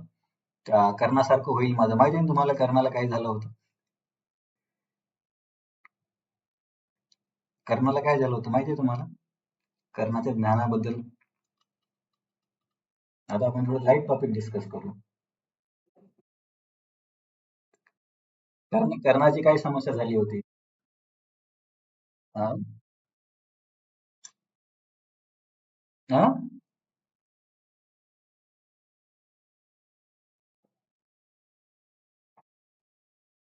काय श्राप होतो? हा, आता तसं तुम्ही माझ्यावर सगळे लोक नाराज झाले तर मी ऐन वेळेला सगळं विसरून जाईल. त्याच्यामुळे तुम्ही माझ्यावरती कोणी नाराज होऊ नका. मी फक्त तुम्हाला प्रेरित करण्यासाठी असं बोललो. तर ठीक आहे. तर तर काय आहे, तर आपण बघतो काही लोक की योगी लोक काय असतात, डोळे अर्धे बंद करून अर्धे उघडून बसतात आणि ओम असं म्हणतात किंवा श्वासांवरती वेगवेगळ्या प्रकारचे अभ्यास करतात. तर मग एखादा व्यक्ती काय म्हणेल, अरे मी पण आता लांब लांब केस वाढवतो आणि जंगलामध्ये बसतो आणि मी पण असं म्हणतो, मग मी पण योगी आहे. तर भगवंत म्हणतात नाही, असं करून कोणी योगी होत नाही. योगी म्हणजे, योगीची खरी व्याख्या आहे की त्याचं मन विषय वस्तूंच्या उपभोगावरती नाही गेलं पाहिजे. अशा व्यक्तीला खरा योगी म्हणायचं. इथं आपण खरा संन्यासी, खोटा संन्यासी, खरा योगी, खोटा योगी या दोघींची चर्चा केली. याच्यामध्ये कोणाला काही प्रश्न आहे?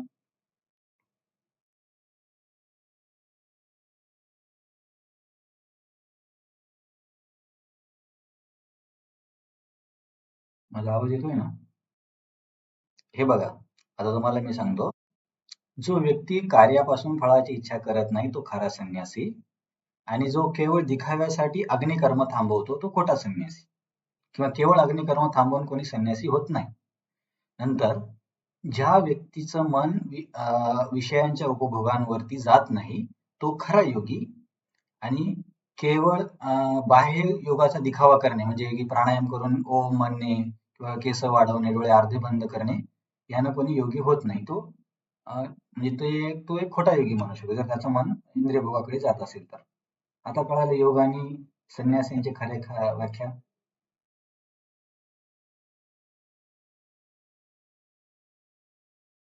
ठीक आहे. तर भगवद्गीतेचा जर आपण दृष्टिकोन बघितला तर भगवद्गीता ही नेहमी कर्मफळ संन्यासाला महत्व देते. संन्यास घेण्याला महत्व देत नाही. तर आपण आधी पण चर्चा केली होती, की अर्जुनाची इच्छा होती हे सर्व करून संन्यास वगैरे घेण्याची. परंतु भगवंत त्याला नेहमी नेहमी सांगतात की कार्य करण्यासाठी. तर बघा कार्य सोडून देण्याला कधीच गीता वाव देत नाही. परंतु कार्यापासून जी फळाची अपेक्षा न करण्याला गीता महत्व देते. तर हे महत्वाचं आहे. हं? का संन्यास घेण्यापेक्षा. आता निष्काम कर्मयोग म्हणजे आपण व्याख्या बघितली. धर्मशास्त्रामध्ये वर्ण आणि आश्रमानुसार सांगितलेली कार्य फळाची इच्छा न करता करणे म्हणजे निष्काम कर्मयोग. आता आपण समोर जाऊया. हा अरे याच्यावरती बऱ्याच स्लाइड आहेत. मी slide yes Prabhuji. Yes Prabhuji बोला ना, आवाज येतोय मला.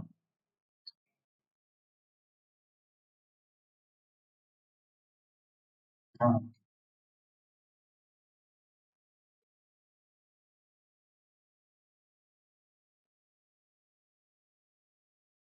हा हा, तर तेच मी तुम्हाला सांगितलं ना, सध्या हे मार्ग प्रॅक्टिस करण्याचे नाहीच आहेत.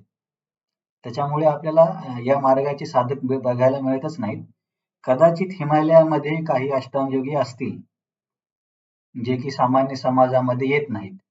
तर अशी लोक खूपच तुरळक आहेत आणि ते सामान्य समाजामध्ये येत पण नाहीत. जे टीव्ही वरती योगा करतात ते काही खरे योगी नाही आहेत. तर तो व्यवसाय आहे. आणि निष्काम कर्मयोगाचे जर उदाहरण द्यायचं झालं तर दक्षिण भारतामध्ये काही काही पारंपरिक कुटुंब आहेत, की जे आणखीन ती परंपरा त्यांच्याकडे आहे आणि ते शिक्षण आहे. त्याच्यामुळे अशी खरी योग्य उदाहरण देणं शक्य नाहीये. कारण आता हे मार्ग लुप्त झालेत, ऑलमोस्ट लुप्त आहेत. म्हणून प्रभुपाद आणि सर्व संतांनी एकाच मार्गावरती भर दिलाय, तो म्हणजे कुठला? भक्ती मार्ग, हरिनाम संकीर्तन. आता तुम्हाला तुमच्या प्रश्नाचं उत्तर मिळालं प्रभूजी? हा, त्याच्यामुळे आपल्याला या लोकांची चिंता नाही करायची. ठीक आहे. आता तसं बघायला गेलं तर खरा निष्काम भाव केवळ भक्तांचाच आहे. कारण निष्काम कर्मयोग करून सुद्धा व्यक्तीला काय अपेक्षा असते की मला मोक्ष मिळावा, किंवा ज्ञानयोग करून पण त्या व्यक्तीला मोक्ष पाहिजे असतो. परंतु भक्ताला भक्ती करून काय पाहिजे असतं? भगवंतांची सेवा ही शुद्ध भक्ती आहे. तर शुद्ध भक्तीमध्ये व्यक्ती केवळ भगवंतांच्या सेवेची अपेक्षा करतो. म्हणून खरा निष्काम हा भक्तच आहे. परंतु जास्त कन्फ्युजन होत असेल तर ही ओळ सोडून द्या. म्हणून पान नंबर 224 वरती प्रभुपादांनी शिक्षाष्टकम मधला एक श्लोक दिलाय. न धनम न जनम न सुंदरीम कविता मुआ जगदीश कामये मम जन्मनी जन्मनीश्वरे भवतात भक्ती अहेतुकी तोई. ही चैतन्य महाप्रभूंची शिक्षाष्टकाची प्रार्थना आहे, की मला कुठलाही भौतिक इंद्रिय भोग नको आणि मला मोक्ष पण नको. मग काय पाहिजे तुम्हाला? जन्मनी जन्मनीश्वरे भवतात भक्तीर अहेतुकी. जन्म जन्म मला तुमची केवळ अहेतुकी भक्ती करायची. तर हा श्लोक संदर्भ देण्याचं हे कारण आहे, की खरा निष्काम भाव केवळ भक्तांचाच असतो. समोर आपण जाऊया. तर संन्यासमध्ये व्यक्ती काय करतो? कर्मफळ त्याग करतो. कर्मफळ त्याग केल्यामुळे त्याचं त्या पद्धतीने कार्य केल्यावर मन त्याचं शुद्ध होतं. आणि आता ही तुम्हाला नवीन व्याख्या असेल, तात्पर्यामध्ये आहे की नाही माहिती नाही. तर योगशास्त्रांच्या पुस्तकामध्ये एक व्याख्या येते. योगः चित्तवृत्ती निरोध. आता जसे आपले भक्तींचे शास्त्र आहे, श्रीमद भागवतम, भगवद्गीता, तसे अष्टांग योगांचे पण त्यांचे शास्त्र असतात. ज्ञानयोगांचे पण त्यांचे काही स्वतःचे शास्त्र आहेत.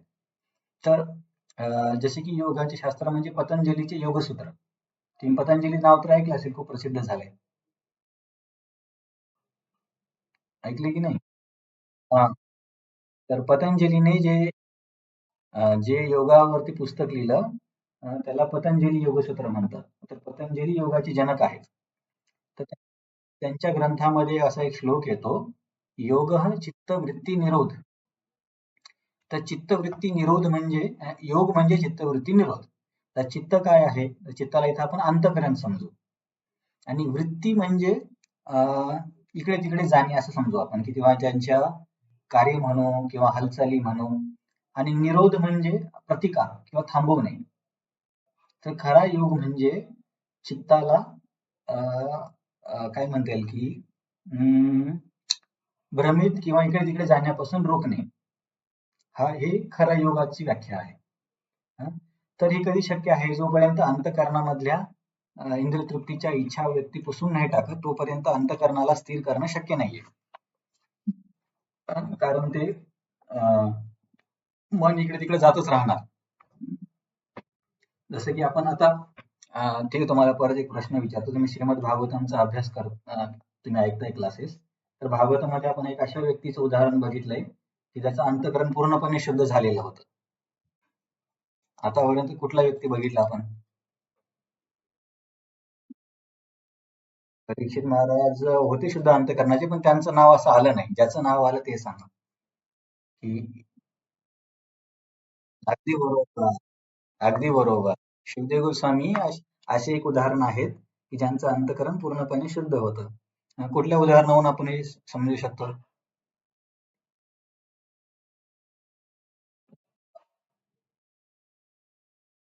Yes yes Prabhuji.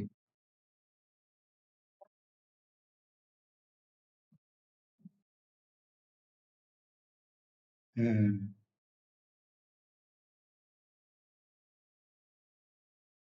हम्म.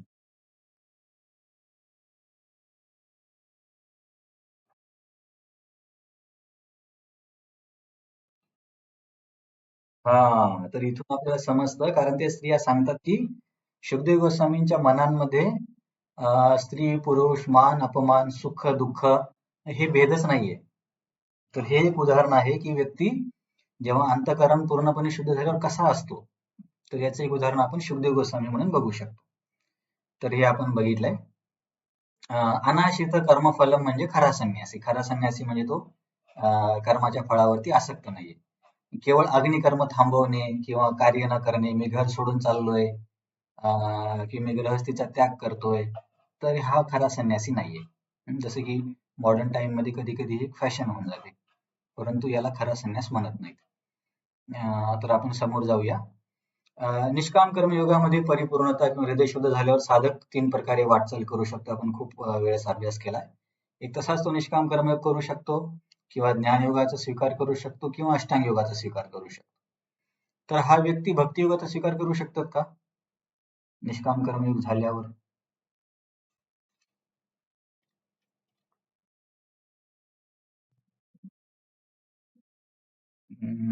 कसा करू शकतो, कोण सांगेल? भक्तीसाठी एक सगळ्यात महत्वाची अट आहे. हा, तर भक्तांचा संग न होता तो जरी हृदय शुद्ध झालं, किती जरी ज्ञानयोग केला, किती जरी अष्टांग योग केला, तर कोणी आपोआप भक्तीमध्ये येत नाही. हे लक्षात ठेवा. त्याच्यामुळे भक्तांचा संग आणि आज्ञा सुकृती याच्याशिवाय भक्तीसाठी कुठलीच पात्रता नाहीये. हम्म. जसे की शास्त्रामध्ये पण सांगितलं जातं की रूप ऐश्वर्य ज्ञान हे काही भक्तीसाठी पात्रता नाही आहे, हे लक्षात ठेवा. जसं की मी तुम्हाला म्हणेल, समजा की एखाद्या व्यक्तीने कॉमर्स मध्ये बी.कॉम केलंय, एम.कॉम केलंय, पी.एच.डी केले, तर तो डॉक्टर होऊ शकतो का? नाही होऊ शकत ना. कारण कारण त्याचा मार्गच वेगळा आहे. कॉमर्समध्ये किती जरी डिग्री घेतली तर त्याचा मेडिकल सायन्समध्ये काही उपयोग नाहीये. आपण म्हणेल अरे त्याचा आयक्यू 200 आहे. 1000 जरी आयक्यू असला तर उपयोग नाहीये, कारण फील्ड वेगळी आहे. तसंच निष्काम करून ज्ञान योग अष्टांग योग घेणे हे शक्य आहे. परंतु भक्ती ही स्वतंत्र आहे. भक्ती देवी जी आहे ती भगवंतांची शक्ती आहे आणि भगवंतांसारखीच ती स्वतंत्र आहे. तिला आपण आपल्या बळावर नाही प्राप्त करू शकत. तर केवळ भक्तांच्या हृदयामध्ये जी भक्ती असते, एक भक्त दुसऱ्या व्यक्तीला भक्ती देऊ शकतो. तर भक्तांचा संघ हा एकच मार्ग आहे भक्ती प्राप्त करण्याचा. जे आपण दुसऱ्या स्कंदाचा अभ्यास करताना बघितलं ना, की देवी देवतांची पूजा करणारे लोक कशी भक्ती घेतील असा प्रश्न विचारला होता. मग त्यांनी सांगितले की एतावानी विजिताम इह श्रेय अचती अचती भगवतो भाव असा एक श्लोक आहे, तुम्हाला कदाचित आठवत असेल, की तत्संगी संगतः भक्तांच्या संघामध्ये आल्यावरच यांना भक्ती मिळणार. यांनी किती जरी चांगलं ज्ञानयोग अष्टांग योग करून फायदा नाही, हे लक्षात ठेवा. हे सर्व साधक आपोआप भक्ती नाही मिळू शकत. हे तर आपण बघितलंय. परंतु जर अशा व्यक्तीने जर भक्ती मिळवली, समजा की त्या व्यक्तीने खूप दिवस निष्काम कर्मयोग किंवा ज्ञानयोग करून आपलं हृदय पूर्णपणे शुद्ध केलं आणि तो जर भक्तांच्या संघात येऊन भक्तीत आला, तर त्याची प्रगती खूप फास्ट होऊ शकते. कोणाच्या तुलनेमध्ये की सामान्य भक्ताच्या तुलनेमध्ये. कारण त्याचं मन आधीपासूनच शुद्ध आहे. तर हा एक फरक आहे. नंतर आता आपण समोर जाऊया. आय होप तुम्ही जास्त कन्फ्यूज होत नाहीत. आता प्रभुपाद तात्पर्यामध्ये काय सांगतात की अष्टांग योग सध्याच्या कलियुगामध्ये करणे कठीण आहे. त्यापेक्षा भक्ती सहज आणि सोपी आहे. आता अर्जुनाचं पण हे मत समोर येणारच आहे. परंतु प्रभुपाद काय करतात की पूर्ण अध्याय वाचून एखादा व्यक्ती म्हणेल की चला आता एकच श्लोक वाचून म्हणेल मी अष्टांग योग करतो. परंतु प्रभुपाद कोणाला चान्सच देत नाही. प्रत्येक श्लोकामध्ये प्रभुपाद सांगतात की हे शक्य नाही, भक्ती शक्य आहे. अष्टांग शक्य नाही, निष्काम शक्य नाही, ज्ञान शक्य नाही, केवळ भक्ती शक्य आहे. कारण प्रभुपादांची इच्छा आहे की कोणी चुकून पण भक्तीपासून दूर जाऊ नये.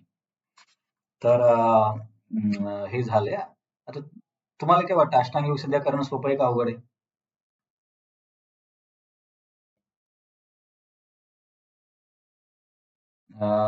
ठीक आहे. विहित कर्म बरं अवघड काय आहे कोण सांगेल? अष्टांग योग का अवघड आहे? गीता कोर्स ज्यांनी ज्यांनी केला जवाहर मोखाडा ते सगळ्यांना माहिती असेल.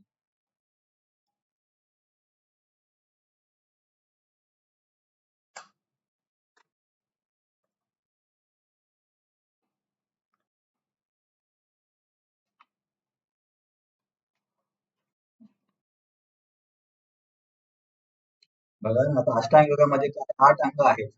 यम, नियम, आसन, प्राणायाम, प्रत्याहार. हां, तर त्या व्यक्तीला एकतर जंगलात जावं लागेल, घराचा त्याग करावा लागेल, ब्रह्मचर्य पालन करावं लागेल. आता ब्रह्मचर्य पालन म्हणजे त्याची गृहस्थ आश्रम सोडावा लागेल. परत जंगलात जावं लागेल. कारण शहरामध्ये इतक्या आवाजात कुठे ध्यान करत बसणार. जंगलात गेले तर जंगल नाही ठेवले लोकांनी. आधीच्या काळात जंगलामध्ये नदी वाहायची, झाडांवरती फळं-फुलं असायचे. त्याच्यावरून ते स्वतःचा उदरनिर्वाह करायचे. आता जंगलामध्ये कुठं फळं आहेत? किती प्रदूषण केलं लोकांनी. एक गंगा नदीला पण शुद्ध नाही ठेवलं. आणि अशा ह्या सोप्या-सोप्या समस्यामुळे हे करणं शक्य नाहीये. जे लोक म्हणतात आम्ही अष्टांग योग करतो आणि ते योगा स्टुडिओमध्ये जातात, तर तो केवळ इंद्रिय तृप्तीसाठीच करण्याचा योग आहे. तो खरा अष्टांग योग नाहीये. आताही आहेत काही अष्टांग योगी हिमालयामध्ये, पण ते लोक खूप तुरळक आहेत. प्रभुपाद या तात्पर्यात काय सांगतात ते आपण बघूया. प्रभुपाद म्हणतात या अध्यायात भगवंतांनी मन आणि इंद्रिय संयमित करण्याचे माध्यम म्हणून अष्टांग योग पद्धतीचे वर्णन केले आहे. तरीही बघा प्रभुपाद दुसऱ्याच ओळीत लिहितात, तरीही सामान्य लोकांना विशेषतः वर्तमान कलियुगामध्ये या पद्धतीचे आचरण करणे अतिशय कठीण आहे. जरी या अध्यायात अष्टांग योग पद्धतीची शिफारस करण्यात आली असली तरी भगवंत विशेष जोर देऊन सांगतात की कर्मयोग अथवा कृष्ण भावना भावित कर्म करणे अधिक श्रेष्ठ आहे. इथे प्रभुपादांनी कर्मयोग म्हणजे भक्तियोगच घेतला आहे. की प्रभुपाद म्हणतात की भक्तीच करणं श्रेष्ठ आहे. कर्मफलाचा उपभोग घेण्याच्या दृष्टीने कर्म न करता कृष्ण भावना भावित कर्म करणे हीच परिपूर्णतेची कसोटी आहे. जो जीव वैयक्तिक संतोषार्थ कर्म न करता परम सत्याच्या संतोषार्थ कर्म करतो, तो परिपूर्ण असा संन्यासी किंवा योगी आहे.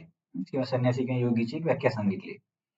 तर खरा निष्काम कर्मयोगी भक्तच आहे. कारण निर्विशेष ब्रह्माशी एकरूप होणे हेच त्यांचे ध्येय असते. यांचं ज्ञानयोग्यांचं. या प्रकारची इच्छा असणे हे इतर कोणत्याही भौतिक इच्छेपेक्षा श्रेष्ठ आहे. परंतु ही इच्छा सुद्धा स्वार्थयुक्त आहे. म्हणून त्या लोकांची पण मनामध्ये इच्छा आहे. तर भक्ताचा काय भाव असतो? तर ते चैतन्य महाप्रभूंच्या त्या एका श्लोकावरून प्रभुपादांनी सांगितले. तर आपण इथे बऱ्यापैकी चर्चा बघितली आहे.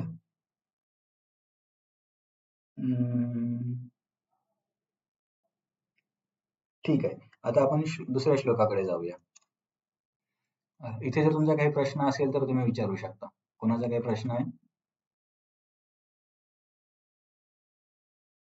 ठीक आहे. तुमचा प्रश्न नाही असं समजून आपण श्लोक नंबर 2 चा अभ्यास करूया. पान नंबर 224 वर आहे किंवा स्लाइड बघू शकता. यम संन्यासम इति प्राहुर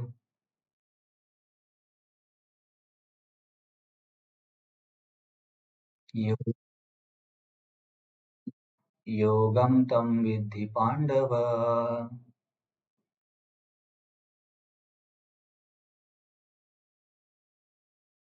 न हि असन्न्यस्तसङ्कल्पो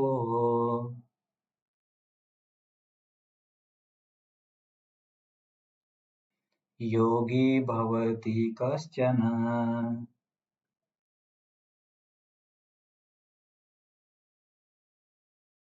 जसं मागच्या अध्यायामध्ये भगवंत म्हटले होते की अरे अर्जुन, फळाच्या दृष्टिकोनातून जर विचार केला तर निष्काम कर्मयोग आणि ज्ञानयोग समानच आहेत, कारण दोघांनाही मोक्ष मिळतो.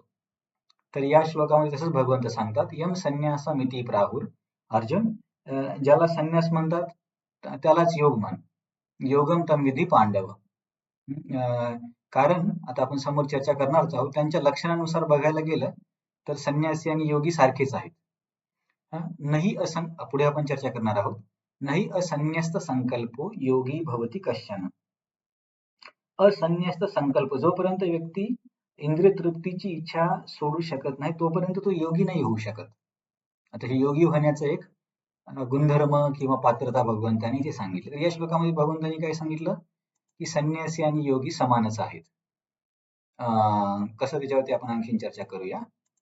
भगवंत म्हणतात संन्यास आणि योग समान आहे, कारण दोघांचे हृदय शुद्ध असणे आवश्यक आहे. आता संन्यासी म्हणजे ज्ञानयोगी आणि हा योगी म्हणजे अष्टांग योगी, हे लक्षात ठेवा, म्हणजे तुमचं कन्फ्युजन होणार नाही. आता कळालं संन्यासी आणि ज्ञानयोगी कुठल्या कुठल्या मार्गाचे आहेत. मार्ग कळाला?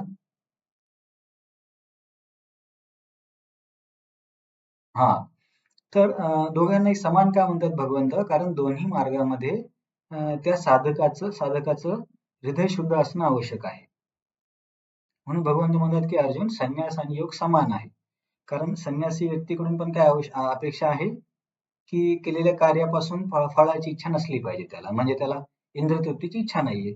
आणि योगी व्यक्तीकडून काय अपेक्षित आहे की त्याचं मन काय म्हणता येईल की इंद्रतृप्तींच्या विषयांकडे गेलं नाही पाहिजे.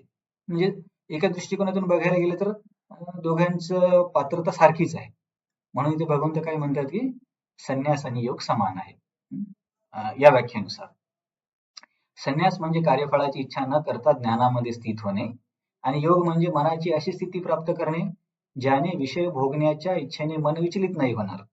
म्हणून संन्यास आणि योग समान आहे. आता कळालं तुम्हाला काही संन्यास आणि योग समान कसं आहे? का काही डाऊट आहे? तर तुम्ही बेसिक मध्ये काय लक्षात ठेवा की संन्यास म्हणजे ज्ञानयोग आणि हा योग म्हणजे अष्टांग योग. तर दोघांकडून अपेक्षा आहे की मन शुद्ध असलं पाहिजे. म्हणजे मन शुद्ध असल्यावर व्यक्ती संन्यास योग मध्ये आहे काय किंवा अष्टांग योगामध्ये काय आहे. तर दोघांचं मन शुद्ध असल्यामुळे ते दोघं समान आहेत. आता समजलं?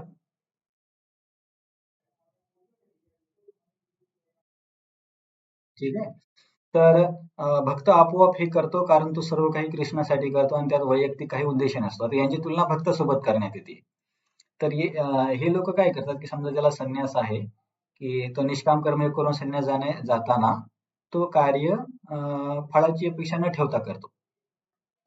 किंवा हा जो अष्टांग योगी आहे तो आपलं मन इंद्रिय तृप्तीकडे जाऊ देत नाही.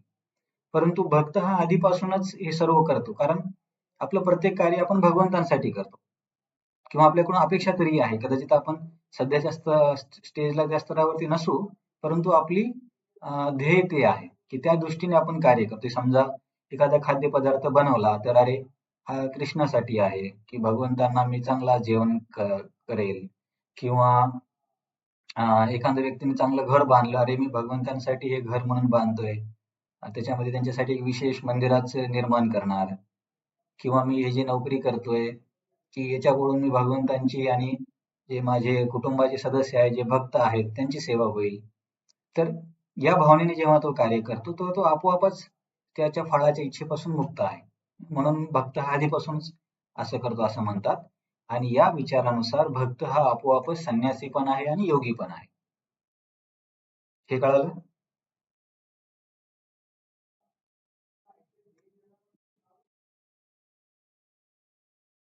हा बघा, कारण काय आहे, संन्यासी योगीकडून अपेक्षा काय आहे की हृदय शुद्ध असणे, म्हणजे ते सारखे. तर भक्त काय आधीपासूनच आपले आपल्या इंद्रियतृप्तीसाठी काही करतच नाही. जे काही करतो तो कृष्णासाठी आणि भक्तांसाठीच करतो. म्हणजे आपोआपच तो त्या हृदयाच्या शुद्ध स्तरावरती आहे. आता आपण सध्या साधक आहोत, परंतु डेफिनेशन नुसार बघायला गेलं तर हा व्यक्ती पण शुद्धच आहे. आता कळालं कसा भक्त यांच्या सारखाच आहे.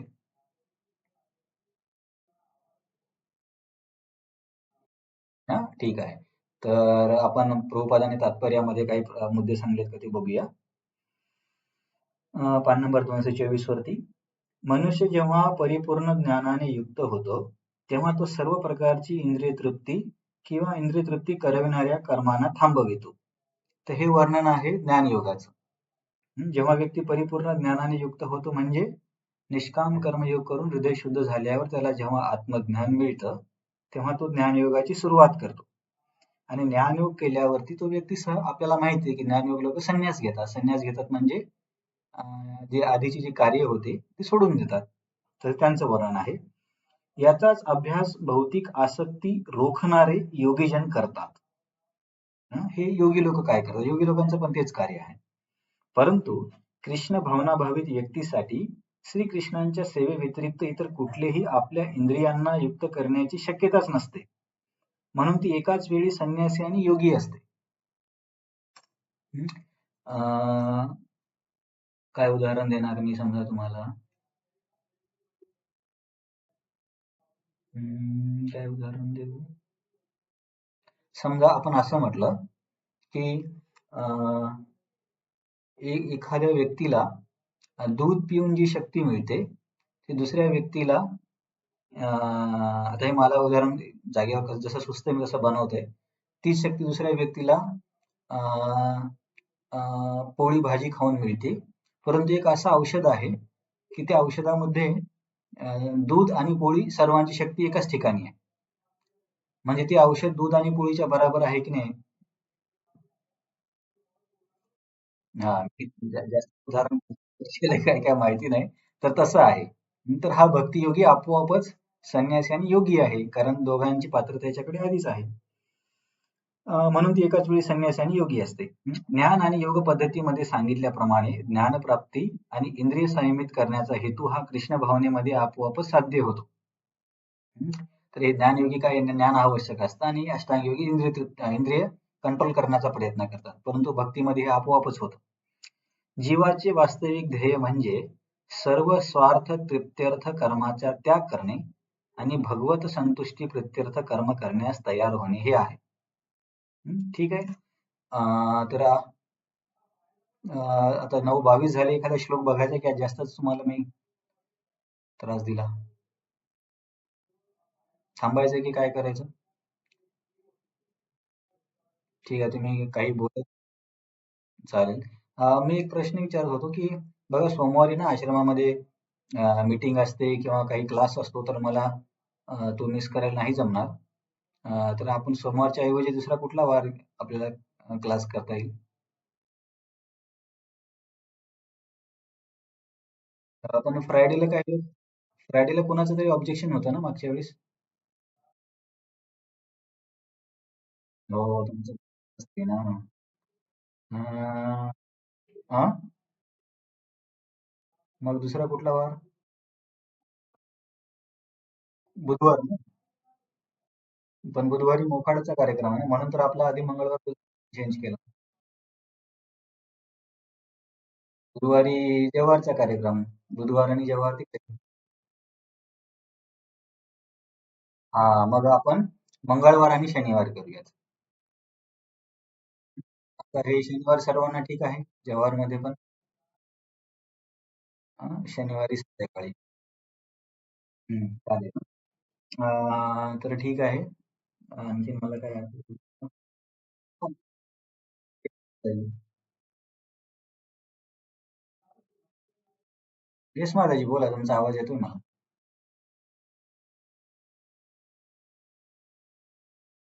हम्म. मी ऐकले की त्याने दुसऱ्या दिवशी एकादशी केली पाहिजे. हा.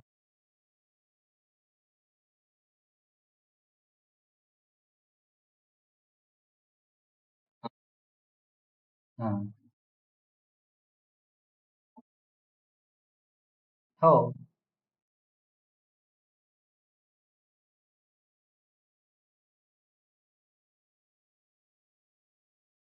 अं, तसं नाहीये.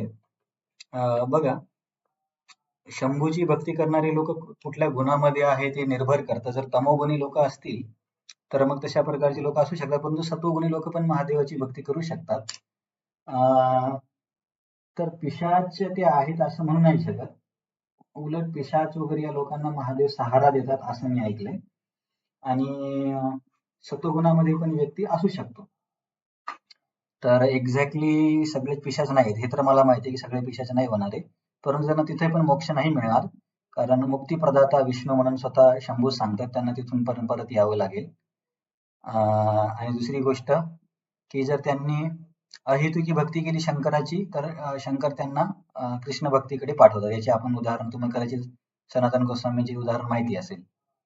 तर हे 2-3 पॉइंट माहितीत मला. एक्झॅक्टली तुमच्या प्रश्नाचं उत्तर मी असं देऊ शकतो की सगळेच भूत पिशाच आहेत असं नाहीये. शंकर भूत पिशाचांना सहारा देतात आणि व्यक्ती प्राप्ती त्यांची करू शकतो, परंतु त्याला मोक्ष नाही मिळणार.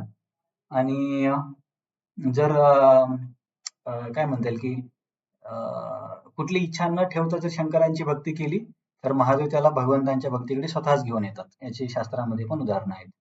वाटल्यास मी आणखीन काही सिनियर ड्युटीना आणखीन चर्चा करून विचारतो. याच्यावरती त्यांचं आणखीन काही स्पष्टीकरण आहे का? अ, माझ्या अंडरस्टँडिंग नुसार मला इतकं माहिती. ओके. तर आणखीन कोणाचा काही प्रश्न आहे? ठीक आहे. कोणाचा काही भावना माताजी तुमचा काही शंकरांबद्दल काही प्रश्न आहे ना? भावना शेकोकर माता काय बघा कधी पण ना गैरसमज वगैरे काही असेल तर तुम्ही लोक विचारत जा.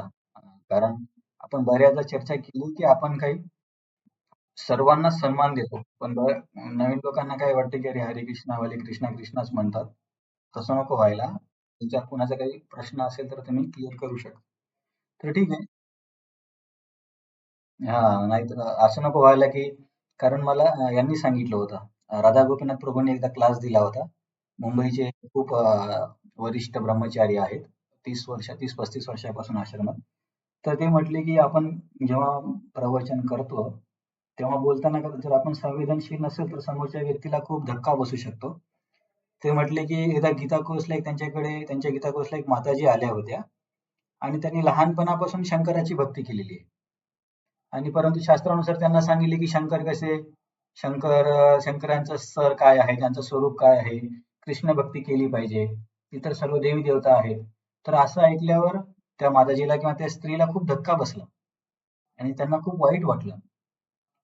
तर मग अं, तुम्ही तरी शंकराची केली, मी तर सगळ्यांचीच करायचो. जो पण रंगवलेला दगड दिसेल तर सगळ्यांची भक्ती करायचो. तर आपण थोडंसं बोलताना संवेदनशील असलं पाहिजे, कारण लोकांचं बॅकग्राऊंड काय माहिती नसतं.